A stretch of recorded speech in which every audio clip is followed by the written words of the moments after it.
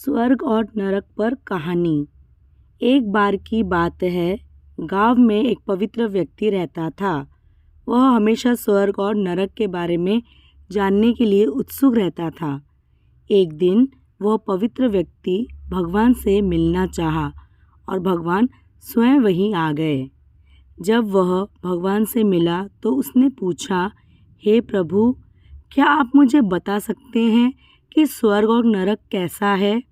भगवान मुस्कुराए और उसे दूसरी दुनिया में ले गए। वहाँ वे दो दरवाजे के सामने खड़े थे। भगवान ने उसे जाने के लिए कहा और प्रत्येक दरवाजे के अंदर खुद जाकर देखने के लिए कहा।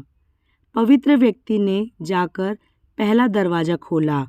वहाँ उसने एक बड़ी गोल मेज देखी जिसके चारों ओर लोग बैठे थे।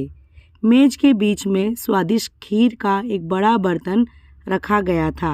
वहाँ बैठे सभी लोगों के हाथों में बहुत लंबे चम्मच थे।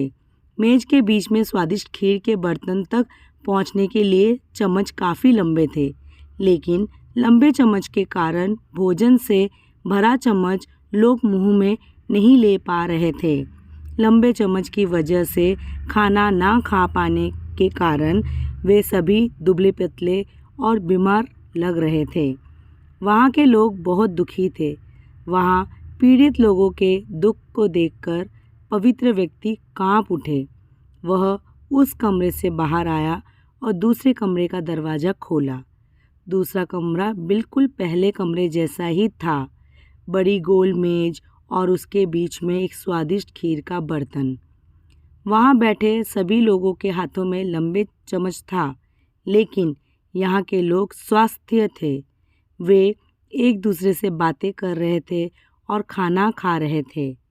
पवित्र व्यक्ति यह देखकर प्रसन्न हुआ और उस कमरे से बाहर आ गया।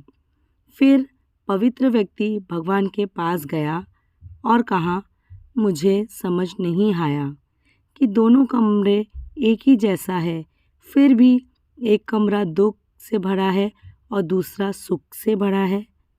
भगवान ने उसे समझाया, आपने देखा कि लंबे चम्मच दूसरों को खिलाने के लिए ठीक ठाक है, लेकिन खुद को खिलाने के लिए ठीक नहीं है।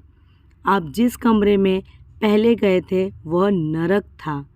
वहाँ के लोग लालची है और केवल अपने बारे में सोचते हैं, दूसरे की मदद नहीं करना चाहते हैं, जिसके कारण वे अपना पेट नहीं भर पा रहे हैं और दुख झेल रहे हैं।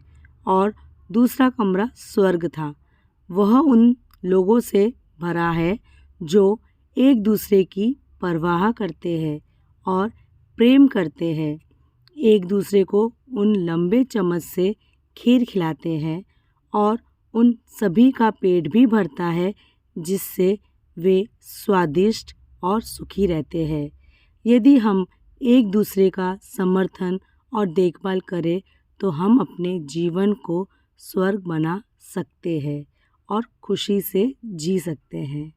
तो दोस्तों, ये दुनिया में भी है, हमें हमेशा लोगों की मदद करनी चाहिए। धन्यवाद।